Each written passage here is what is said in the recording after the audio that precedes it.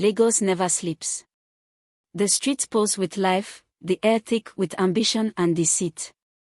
Somewhere between the gleaming towers of the rich and the dust-covered markets of the struggling, a man named Chike lived two lives. By day, he was just another mechanic, hands stained with grease, eyes hardened by long hours under the sun. But what no one knew, what they never even suspected, was that the dirt on his hands was a disguise, a mask hiding a fortune greater than any of them could imagine. He had everything once: wealth, power, a name that opened doors before he even knocked. But what is a name worth when love is always bought and never given freely?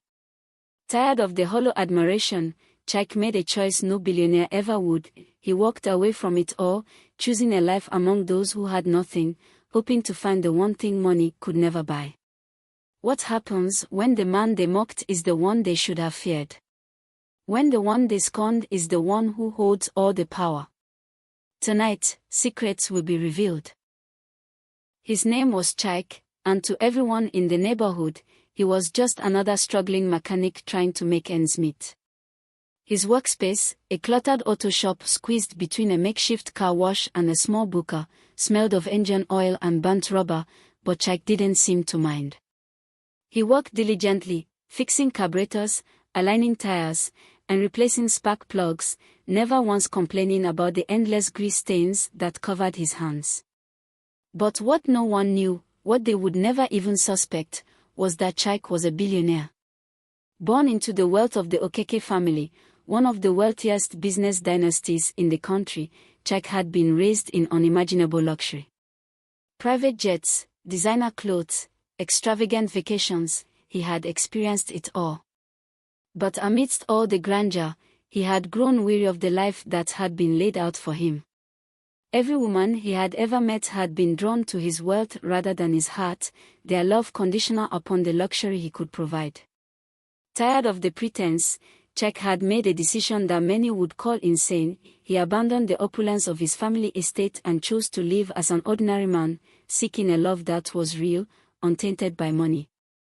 Every day, Chike labored at Hugo's Auto Repairs, a humble shop owned by a no-nonsense man who had taken him in without asking too many questions. It was here that Chike first encountered Ada, a young woman who worked at her aunt's booker just across the street. Ada was different. She was kind-hearted, quick to smile, and unafraid of hard work. Having lost her parents at a young age, she had been raised by her aunt, Mama Nkechi, a woman who never let her forget that she was an orphan. Mama Nkechi made her work tirelessly in the booker, ensuring that Ada earned her keep, while her own daughter, Amoka, did little more than flaunt her expensive hairstyles and gossip with her friends. Chike noticed Ada the first time he ate at the booker. Unlike the other customers who backed orders impatiently, she always spoke gently, making sure everyone got their food on time. But what truly caught his attention was the way she treated him. While others dismissed him as just another greasy mechanic, Ada always greeted him warmly, even though he only ever ordered the cheapest meal on the menu, plain rice without meat. At first, she assumed he simply didn't like meat, but after a few days, she began to wonder if he was avoiding it because he couldn't afford it. One afternoon, as Chike sat in the corner of the booker, quietly eating his rice, Ada approached him with a hesitant smile. "Excuse me," she said. Chike looked up, surprised. "Yes."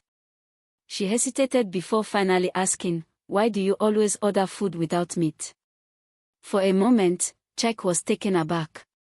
He had spent months keeping up this facade, making sure no one suspected the truth about his background. But something about Ada made him want to be honest. He sighed, staring at his plate. "I don't have enough money for meat." Ada's heart clenched. She had suspected it, but hearing him say it out loud struck her differently. He looked exhausted, his hands calloused from endless hours of labor, yet he never complained, never begged.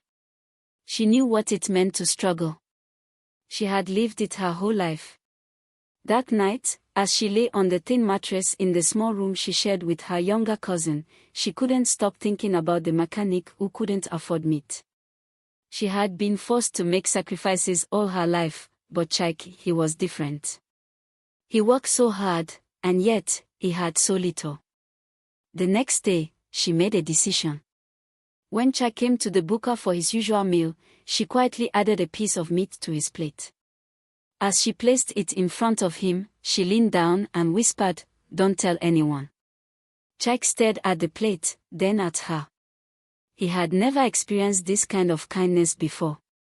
At first, he hesitated, guilt gnawing at him. But Ada simply smiled and walked away. He picked up the meat, his throat tightening with emotion. It was the best meal he had ever tasted. The next day, it happened again.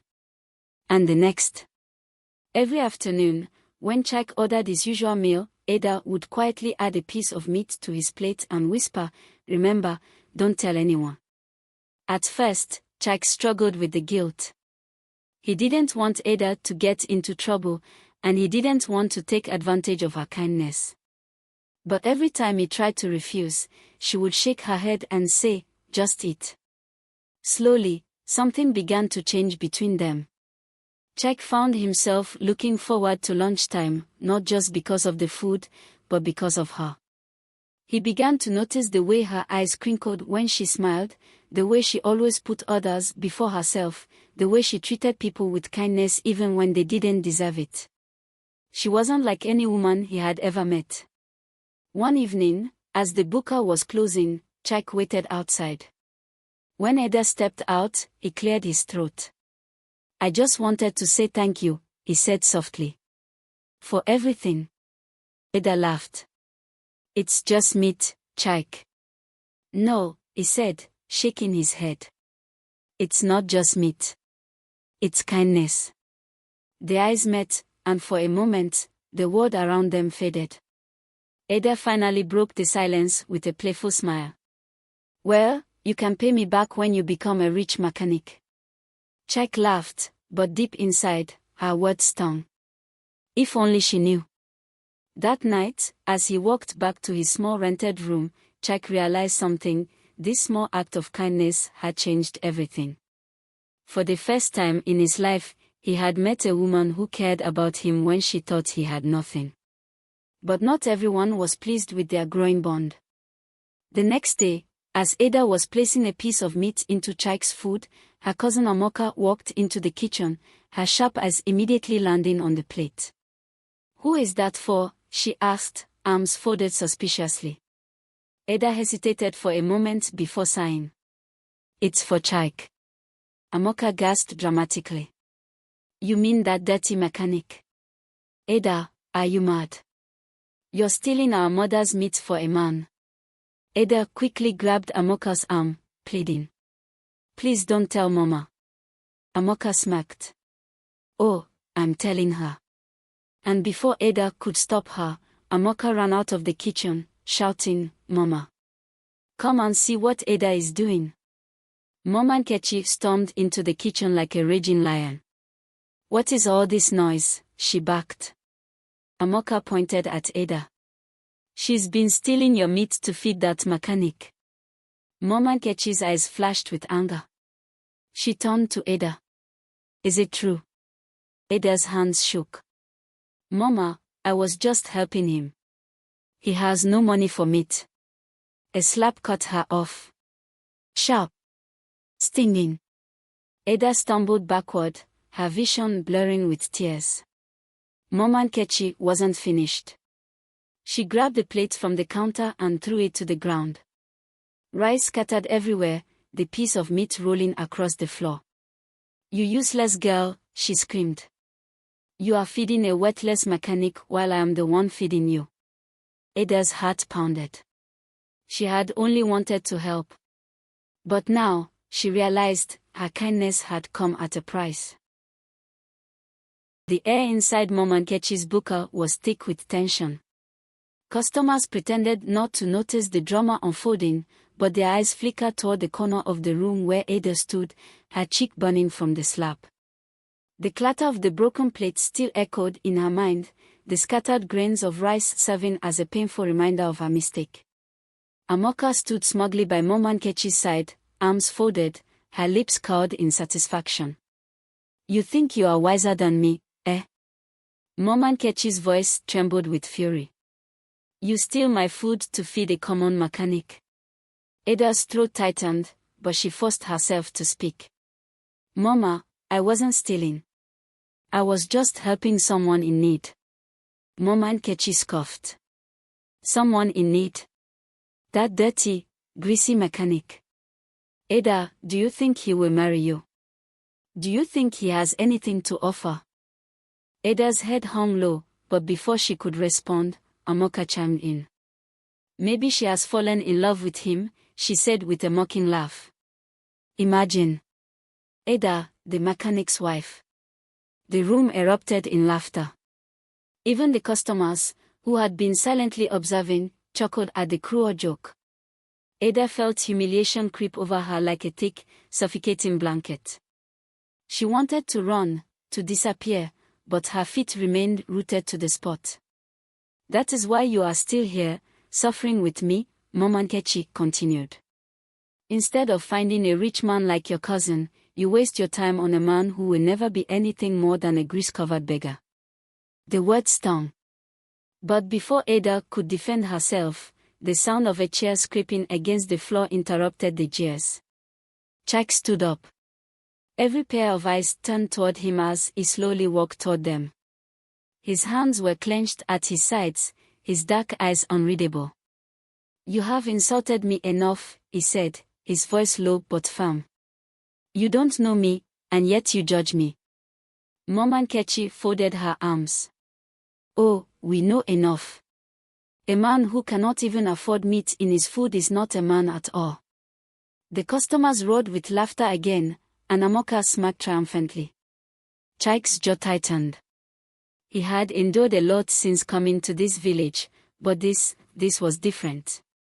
He looked at Ada, saw the shame in her eyes, and something inside him burned with anger. But now was not the time to reveal his truth. He had come here for a reason, and if he let his emotions take over, it would all be for nothing. Instead, he simply turned to Ada and, in a voice only she could hear, he whispered, I'm sorry. Then, without another word, he turned and walked out of the buka. The laughter followed him outside, haunting him long after he had disappeared down the dusty road. The next few days were unbearable for Ada. The humiliation did not fade, if anything, it grew worse. Amoka made sure of that. Every morning, she found new ways to taunt her. So, have you and your mechanic planned the wedding yet? She sneered one afternoon while applying fresh lipstick.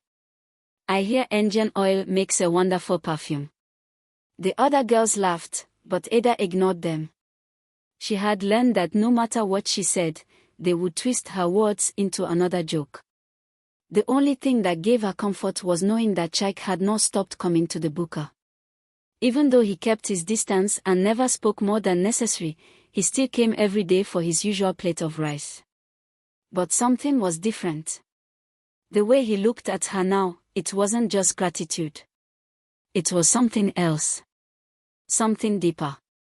One evening, as she was sweeping the front of the buka, Chike approached. Ada, he said softly. She looked up, startled. It was the first time he had spoken to her since that humiliating day. Chike. I don't like seeing you treated this way, he admitted. I know I am the reason for it. Ada shook her head. No, Chike. You are not the reason. Their hearts were already filled with cruelty.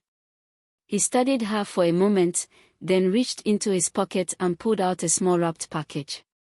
Here, he said, handing it to her. What is it? She asked, hesitant. Just open it. She unwrapped it slowly, and inside was a beautifully carved wooden pendant. The craftsmanship was exquisite, the design intricate. It's beautiful, she breathed. Where did you get this? Chike hesitated before answering. It belonged to my mother, he said finally. She always told me that kindness is the most valuable thing a person can possess. I want you to have it. Ada's eyes widened. Chike, I can't. Please, he interrupted. I want you to remember that no matter what they say, you are better than them. You are kind. And one day, that kindness will be rewarded. Ada swallowed the lump in her throat. No one had ever given her something so meaningful before. She clasped the pendant tightly, nodding. Thank you.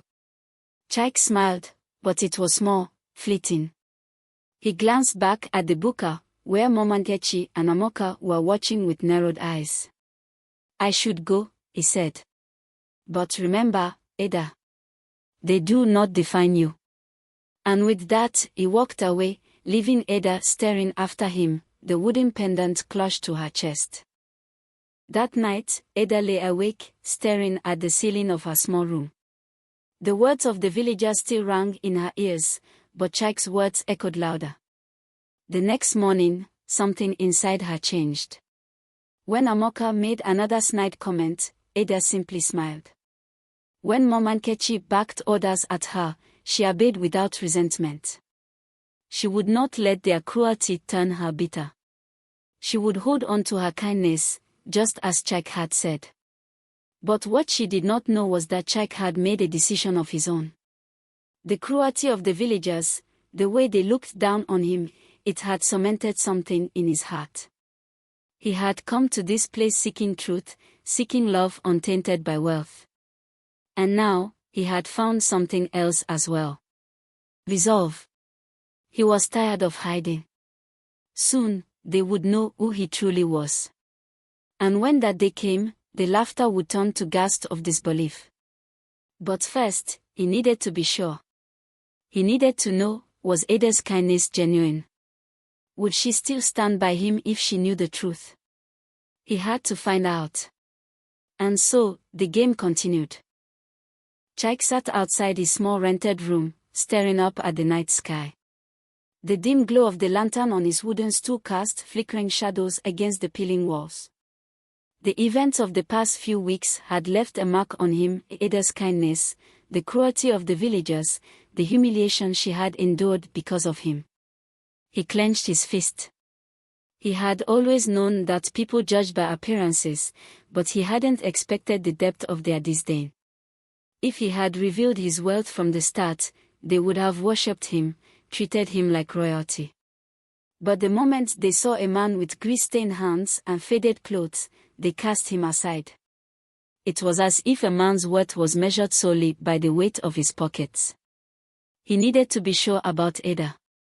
He needed to see if her kindness was truly unconditional.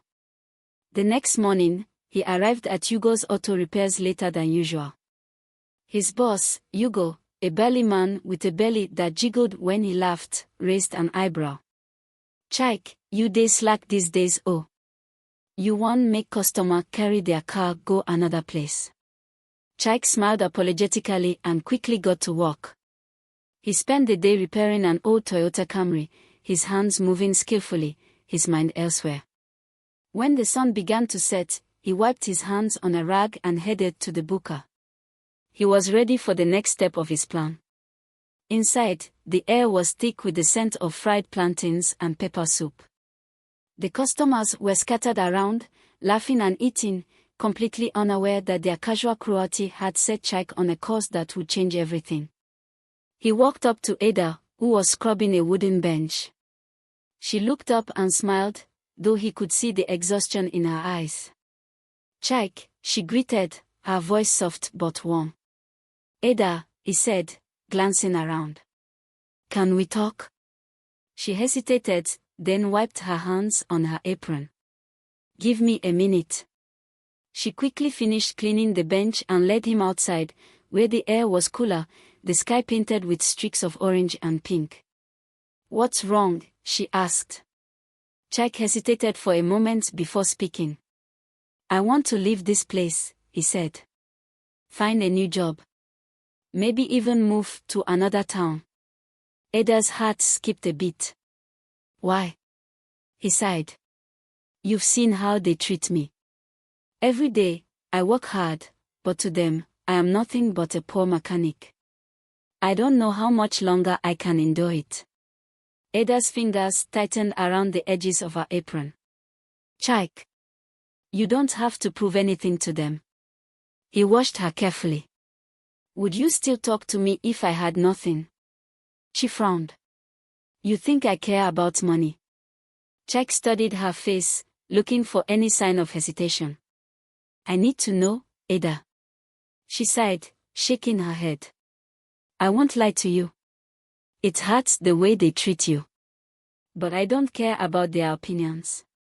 You are kind, hardworking, and honest. That matters more than money. Chike's chest tightened. She didn't hesitate. She didn't try to dance around the question. This was exactly what he needed to hear. But he wasn't done testing her yet. I've been thinking, he continued, his voice carefully controlled. I have an opportunity to leave, but I need some money to make the trip. I was wondering if you could lend me something, just a small amount. I promise I'll pay you back. Ada blinked. Money? Yes, he said. Just a little to help me get started elsewhere. She bit her lip. Chike knew she had very little. Whatever money she earned at the booker was controlled by Mama Nkechi. If she gave him anything, it would be at great cost to herself. But to his surprise, Ada nodded. I don't have much, she admitted. But I can give you something.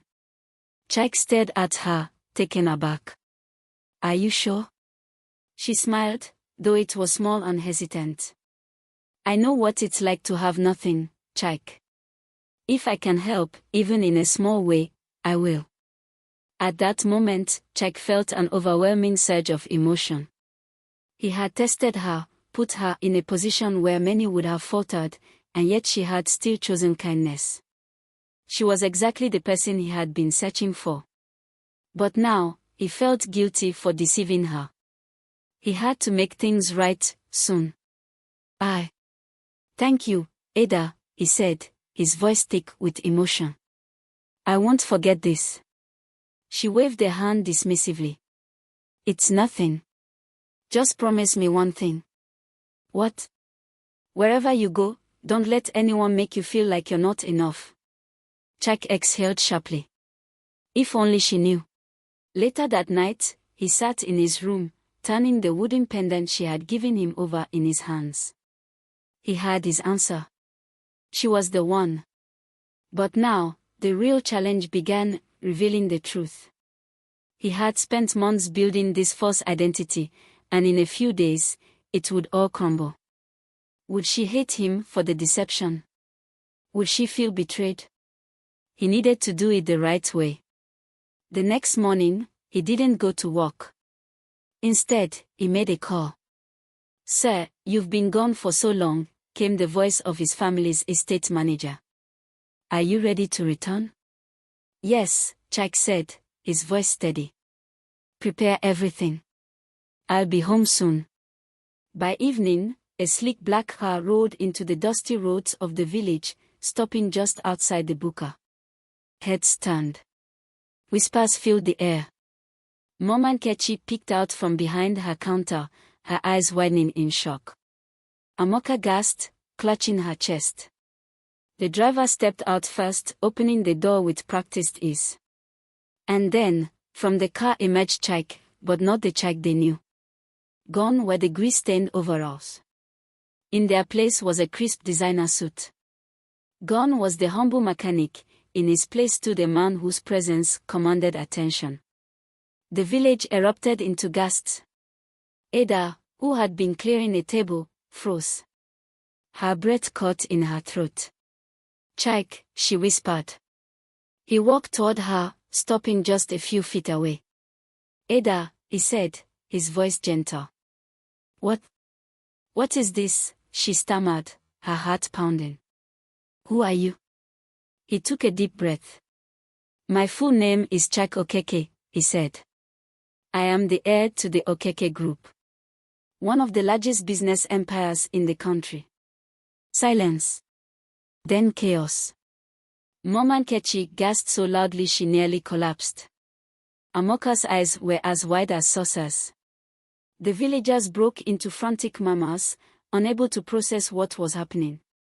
Ada took a step back, shaking her head. "You lied to me." Chike's heart clenched. "I didn't mean to deceive you, Ada. I needed to know if someone could love me without money. I needed to find someone real." Her lips trembled. "And you think this was fair? Testing me like I was some kind of experiment?" Chike stepped forward. "Ada, I never wanted to hurt you. But your kindness, your heart, it's everything I've been searching for. I love you." Tears welled in her eyes. "I don't know what to feel right now." He reached out, but she took another step back. "I need time," she whispered before turning and walking away, leaving Chike standing there, his heart in his hands. The truth was out. But would she ever forgive him? The night air in Illuginal carried a strange stillness, as if the very spirits of the land held their breath in the wake of the revelation that had shaken the village to its core. Ada sat outside the buka, staring blankly at the worn-out wooden bench where Chike had once sat, eating his plate of rice with no meat. Her mind reeled from the truth that had just unfolded. Chike was no struggling mechanic, he was a billionaire who had hidden his identity to test her heart. The weight of the deception sat heavily on her chest, pressing down like an unbearable burden. Inside, Mama Nkechi and Amoka were still gushing over the discovery. "Oh, if only we had known!" Mama Nkechi exclaimed, slapping her thigh. "Ada, you foolish girl, do you see now? You were wasting time being kind to him instead of securing yourself a life of luxury." Amoka folded her arms, her lips twisting in a smirk. "Well, it doesn't matter now. He will see that he deserves someone better, someone who truly understands wealth." Ada closed her eyes, tuning out their voices. Everything felt surreal. She had never cared for riches. She had given Chike her kindness because he had seemed like a good man, someone who deserved dignity even when the world refused to give it to him. But now, she wasn't sure what was real anymore. Had he ever truly valued her? Or was she just part of his grand experiment? A test subject to see if she could love a poor man, only for him to later reward her like a charity case. Across the village, Chike sat in the grand living room of his family estate, his mind clouded with thoughts of Ada. He had expected shock, maybe even anger, but the hurt in her eyes had wounded him in a way he hadn't anticipated. He had come to this village looking for something real, something that money couldn't buy. And he had found it in Ada. But now, he had to ask himself, had his actions broken something that could never be repaired? His younger sister, Nena, walked into the room, her heels clicking against the marble floor. "You've been staring at that glass of whiskey for an hour," she observed. "What's on your mind?" Chike sighed, rubbing his temple. "I messed up." Nena raised an eyebrow. "Let me guess, this has to do with that girl from the village." He nodded. "I thought I was doing the right thing. I wanted to make sure that someone could love me without money being part of the equation. But now, she feels like I played her. Like I turned her feelings into a game." Nena tilted her head. "Did you?" Chike exhaled. "I never meant to. I needed to know if it was real." His sister sighed, sitting across from him. "Chike, people don't like being tested. Love isn't an experiment. If she truly loved you when she thought you had nothing, then you had already found your answer. The moment you hid the truth from her, you risked losing the very thing you were searching for." Chike looked away, guilt settling deep in his chest. "Do you think she will ever forgive me?" Nena smiled slightly. "That's not a question I can answer for you." Days passed, and the village continued to buzz with gossip. Some mocked Ada, saying she had lost her chance at wealth. Others whispered that Chike would soon return to find a woman more suited for his status. But Ada herself remained silent. She went about her work at the buka as if nothing had changed, but inside, she felt like a storm was raging within her. One evening, as she was closing up the booker, she turned and found Chike standing there. He wasn't in a suit this time, just a simple shirt and trousers, his face unreadable. "Ada," he said softly. She clenched her jaw. "What are you doing here?" "I needed to see you." She crossed her arms. "Why?" "To see if your experiment is still going well." Chike flinched. "Ada, please. I never meant to hurt you." She exhaled sharply, looking away. "You don't understand, Chike. You made me feel like a fool. I stood up for you when everyone else looked down on you. I defended you, even when it cost me everything. And now I realize, you never needed my help. You were never the man I thought you were." Chike took a step closer. "I may have lied about my wealth, but everything else was real. The way I felt about you, it was never a lie." She laughed bitterly. "And how am I supposed to believe that? You had all the power in this situation. You got to decide when to reveal the truth, while her voice cracked, I was just living in the illusion you created." Chike swallowed hard. "I didn't know it would feel like this," he admitted. "I thought once you knew the truth, it would all make sense. But I see now that I was wrong." Ada turned to face him fully, her eyes shining with unshed tears. "You were wrong," she said. "Because love isn't about testing people. It's about trust." A long silence stretched between them. For the first time, Chike didn't know what to say. He had spent so long trying to find something real, but in the process, he had built a wall between them that he wasn't sure he could tear down. Finally, Ada sighed. "I don't hate you, Chike," she said, her voice quieter now. "But I don't know if I can ever look at you the same way." Chike's chest tightened. He had hoped for a different answer, but deep down, he knew he didn't deserve one. She took a step back. "I need time," she whispered. "Time to figure out how I feel about all of this." He nodded slowly. "I understand." Without another word, Ada turned and walked away, leaving Chike standing there under the dim glow of the streetlights, feeling more alone than he ever had before.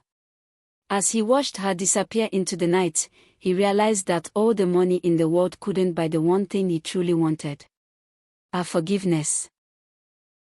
Weeks passed, but the wounds between Ada and Chike did not heal overnight. The village still buzzed with gossip about the billionaire who had lived among them as a mere mechanic, but Ada had withdrawn from the noise, burying herself in work at the booker. She still felt the weight of Chike's deception, but more than that, she felt the absence of his presence. She hated to admit it, but she missed him, the way he listened, the quiet moments they had shared, the way he had made her feel like she was seen. Yet, the betrayal still lingered in her heart like an unshakable shadow. Chike, on the other hand, had not given up. He knew that no amount of money could fix what he had broken. He had given Ada space, but now he needed to prove himself, not with words, not with grand gestures, but with actions. He needed to show her that his love was real, that he had never seen her as an experiment but as the woman who had changed his life. One morning, while Ada was busy taking stock of the food supplies, she heard a commotion outside. She peeked out and saw something that made her heart stop. Chike was at the booker, but he wasn't in his fine clothes or arriving in a luxury car. He was dressed in the same grease-stained overalls he had worn before, his hands already moving as he helped repair a broken wooden bench outside the shop. The customers and villagers gathered, murmuring in confusion. Why would a billionaire lower himself to this again? Mama Nkechi stepped forward, arms akimbo. "Chike, what do you think you're doing?" He looked up, wiping sweat from his brow. "I'm fixing the bench," he said simply. Mama Nkechi scoffed. "A man like you should be sitting in a big office, not playing with hammers." Chike smiled. "A man like me should be wherever his heart tells him to be." Ada stood frozen, watching as he walked. She saw the way the villagers sneered at him, the same way they had when they thought he was poor. But Chike didn't flinch. He didn't try to defend himself or explain. He simply walked, proving with each stroke of his hammer that he was still the man she had met, the one who believed in dignity, in humility, in kindness. After an hour, the bench was repaired, and Chike stood up, brushing dust from his hands. "I'm done," he said. "Now, I'd like a plate of rice." Mom and Kechi huffed but served him anyway. Ada hesitated for a moment before walking to his table. "Why are you doing this?" she asked, sitting across from him. He looked at her, his eyes filled with sincerity. "Because I wanted you to see that no matter how much money I have, I'm still the same man. And I still care about you." Ada searched his face, looking for traces of deceit, but she found none. He had given up his pride for her. He had returned to where it all began, to show her that he was willing to meet her where she was. Tears pricked her eyes. "Chike. I was angry. I still am, a little. But the truth is, I missed you." His breath caught. "You did." She nodded. "You hurt me, but I've realized that my feelings for you were never about what you had or didn't have. And I think, deep down, I always knew there was something more to you." He reached across the table, taking her hand gently. "I promise you, Ada, for the rest of my life, I will never lie to you again." She squeezed his hand, a small smile breaking through. "Then let's start again. No more tests. No more secrets." Chike nodded. "No more secrets." The villagers watched in stunned silence as Ada and Chike sat together, their hands entwined, the barriers between them finally crumbling. And for the first time, it wasn't about wealth or status. It was simply about love. The next week, Chike invited Ada to his estate, not to impress her, but to show her his world. He introduced her to his family, who welcomed her warmly, and he made sure she knew that, no matter where they were, she would always be his equal. Months later, the village buzzed with excitement as wedding preparations began. This time, no one mocked Ada. They all saw what she had, what they had failed to see before. That true love had nothing to do with riches or poverty. It was about seeing someone for who they truly were. And as Ada walked down the aisle in a simple yet elegant gown, she realized that the best thing Chike had ever given her wasn't wealth. It was the love of a man who, despite everything, had chosen her. And she had chosen him, too. Thank you besties for watching till the end. What do you think of this story, and did it remind you of anyone? Please share in the comment section. Don't forget to like, share, comment and subscribe to Folktales by IJ, so we can keep bringing you inspiring African folktale stories on Folktales by IJ.